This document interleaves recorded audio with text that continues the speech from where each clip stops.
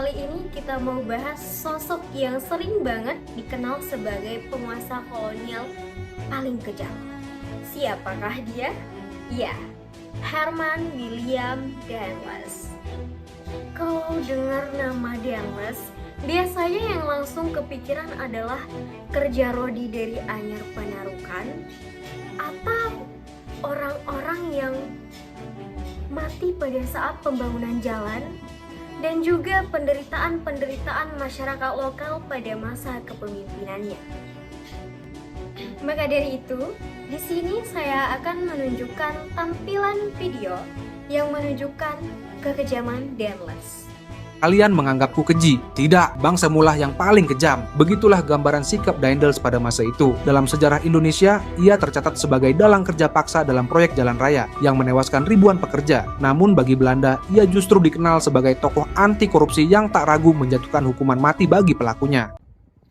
Nah, dari cuplikan tersebut, kita sering menyimpulkan bahwa Danless adalah sosok yang kejam karena beliau merupakan pelopor yang membuat kerja rodi pembangunan jalan anyar Panarukan yang panjangnya kurang lebih 1000 km.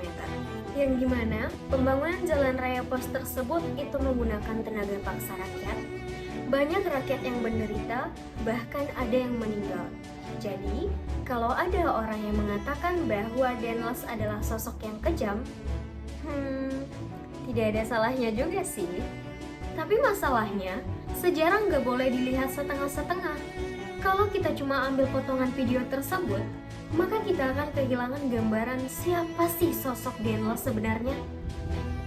Jadi, kalau ada orang yang bilang atau komentar tentang Danless itu kejam banget, itu nggak salah, tapi juga nggak lengkap. Karena kita harus lihat juga sisi lain Danless yang membuat Jawa itu masuk ke era birokrasi modern. Pada masa sebelum Danless, pejabat-pejabat kolonial seringkali tidak digaji tetap. Mereka hidup dari pungutan atau korupsi. Danless memperbaiki sistem ini dengan memberikan gaji tetap terhadap pejabat-pejabat kolonial. Tujuannya supaya mereka tidak lagi bergantung terhadap pemerasan rakyat. Walaupun tidak sepenuhnya menghapus semua tindakan-tindakan korupsi yang dilakukan oleh pejabat-pejabat kolonial, namun hal tersebut menjadikan salah satu langkah awal modernisasi yang dilakukan oleh Danless di daerah Pulau Jawa. Inilah yang menurut Sartono Kartodibjo menjadi ciri bahwa Danless membawa semangat rasionalisasi ala Eropa ke Nusantara.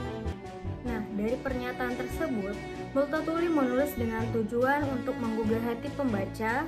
Ia memanusiakan korban-korban kebijakan itu lewat adegan, dialog, dan tokoh yang menderita. Akibatnya, Max Havelaar berfungsi sebagai kritik etis dan politik yang memicu perdebatan tentang moralitas pemerintahan kolonial Belanda. Jika kita bandingkan pada masa Danless, yaitu pada tahun 1808 sampai 1811, maka masa Danless itu relatif singkat dan didorong oleh kondisi-kondisi darurat seperti ancaman adanya Inggris, kebutuhan reorganisasi pemerintahan, dan lain-lain. Tindakan Danless kewalahan dan sering brutal, misalnya kerja paksa untuk pembangunan jalan, tetapi sifatnya lebih bersifat proyek besar yang tujuan utamanya adalah militer dan administratif negara, bukan pengekstrakan hasil bumi dalam jangka yang sangat panjang di masa tanam paksa tadi. Dampak sosial dari kedua periode tersebut memanglah sangat berdampak dan menyebabkan penderitaan pada masyarakat lokal. Namun, keeratan sistem pada masa tanam paksa itu membuat efeknya lebih meluas dibandingkan sistem yang dilakukan oleh Danless. Jadi, ketika Multatuli menulis tentang buku Max Havelaar ini, dia menyoroti bentuk kolonialisme yang sistematik dan ekonomis. Ini disebabkan oleh kritik terasa sangat tajam dan berpengaruh.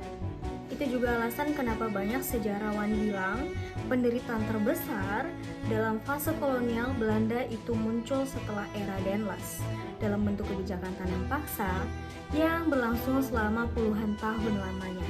Jadi pertanyaannya, apakah Danless memang kejam? Ya, ia keras dan otoriter.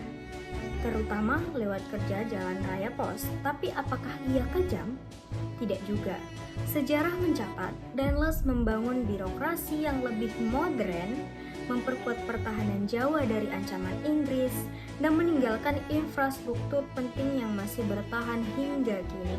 Jika dibandingkan dengan buku Multatuli, yaitu buku Max Havelaar, penderitaan rakyat itu justru lebih berat dari setelah era Daendels.